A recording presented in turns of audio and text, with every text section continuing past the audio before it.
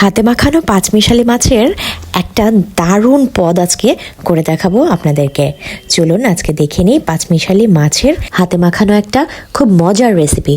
প্রথমে কিছু পেঁয়াজ কুচি নিয়ে নেব, এর সাথে কাঁচামরিচ কুচি নিয়ে নেব।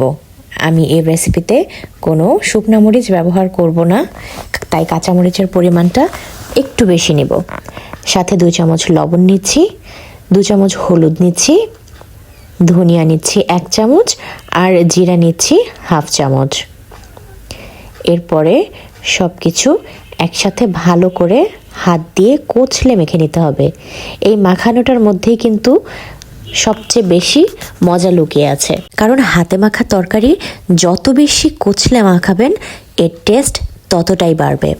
আচ্ছা, এখানে কিন্তু আমি কোনো প্রথমে তেল ব্যবহার করছি না, কারণ তেল ব্যবহার করলে পেঁয়াজগুলো কিন্তু ভালো মতো মাখানো যাবে না, তখন পেঁয়াজটা পিছলে গিয়ে ভালো মতো নরম হবে না।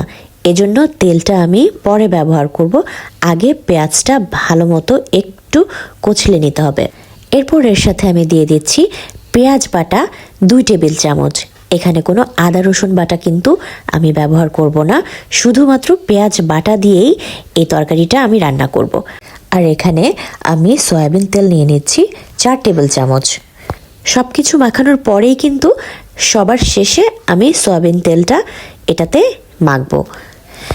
এখন আবারও একটু কচলে মেখে নিলেই হাতে মাখা মশলাটা কিন্তু একদম রেডি হয়ে গেল। মশলা মাখানো শেষ হয়ে গেলে এর সাথে আমি মিশিয়ে দিব সবজির মধ্যে আজকে নিয়েছি ফুলকপি, আলু, বেগুন। যে যেমনটা ইচ্ছা তেমনটাই নিতে পারবে, তবে শীতকালীন সবজির মধ্যে হাতে মাখা তরকারির জন্য এই সবজিগুলোই বেস্ট হয়। এখন ওই মশলাটার মধ্যে সবগুলো সবজি আমি হাত দিয়ে আবারও মেখে নিচ্ছি। ভালো করে মাখা হয়ে গেলে এর মধ্যে আমি যে মাছটা ধুয়ে রেখেছিলাম সেই মাছটাকে দিয়ে আরেকটু মেখে নেব। মাছের মধ্যে আছে এখানে ট্যাংরা মাছ, ট্যাংরার মধ্যে পুঁটি আরও সামান্য কিছু ছোট ছোট মাছ মেশানো আছে, তবে ট্যাংরা মাছের পরিমাণটা এখানে একটু বেশি। এবার কিন্তু খুব আলতো হাতে মাখতে হবে, কারণ এ ধরনের মাছগুলো একটু নরম হয়, এজন্য এটাকে এখন একটু হালকা হাতে মেখে নিতে হবে।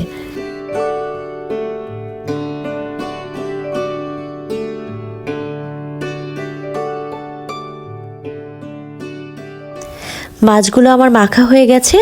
এখন আমি এর মধ্যে 2 মগ পরিমাণ নর্মাল পানি মিশিয়ে দিব। পানির পরিমাণটা খুব বেশি হওয়া যাবে না, তাহলে কিন্তু সবজিটা অনেক বেশি টেলটেলে হয়ে যাবে, তখন কিন্তু এটা খেতে একদম মজা লাগবে না। আর পানি বেশি শুকাতে গেলে মাছগুলো কিন্তু গলে যাবে, কারণ এটাকে আমরা অতিরিক্ত সিদ্ধ করব না। 1 থেকে 2 বার বলক আসলেই কিন্তু দেখবেন মাছগুলো সেদ্ধ হয়ে গেছে আর সবজিগুলোও নরম হয়ে গেছে।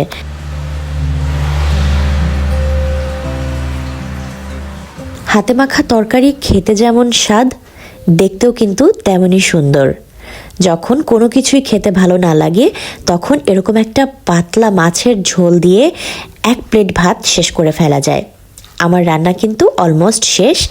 এখন আমি ধনেপাতা এর উপরে ছিটিয়ে দিচ্ছি, কারণ ধনেপাতাটা দেখতে এবং এটার ফ্লেভারটা এই মাখানো তরকারিকে আরও বেশি মজার করে তুলবে এবং এটার সুঘ্রাণ অনেক বেশি ভালো লাগবে। তো এই তো হয়ে গেল আমাদের আজকের হাতে মাখা পাঁচমিশালি মাছ দিয়ে সবজির তরকারি। এমন একটা তরকারি খেতে পারলে সত্যি পেটটাও যেমন ঠান্ডা থাকে, মনটাও তেমন ঠান্ডা হয়ে যায়। তো আজকের ভিডিওটা আপনাদের কেমন লাগলো অবশ্যই জানাবেন। যদি ভালো লেগে থাকে অবশ্যই একটা সাবস্ক্রাইব করে যাবেন, আর লাইক, শেয়ার, কমেন্টস পারলে অবশ্যই করবেন, যাতে আমি আরও নতুন নতুন ভিডিও বানাতে পারি। ধন্যবাদ সবাইকে।